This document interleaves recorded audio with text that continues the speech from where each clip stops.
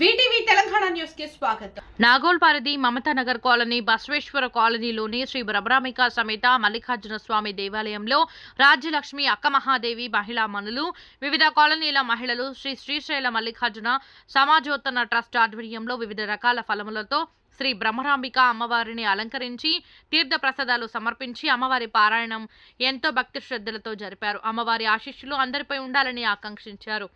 ఈ కార్యక్రమంలో భక్తులు వివిధ కాలనీల మహిళలు వచ్చి ఈ భక్తి శ్రద్ధలతో తీర్థ ప్రసాదాలు తీసుకుని ఆశీర్వచనాలు తీసుకుని వెళ్లారు.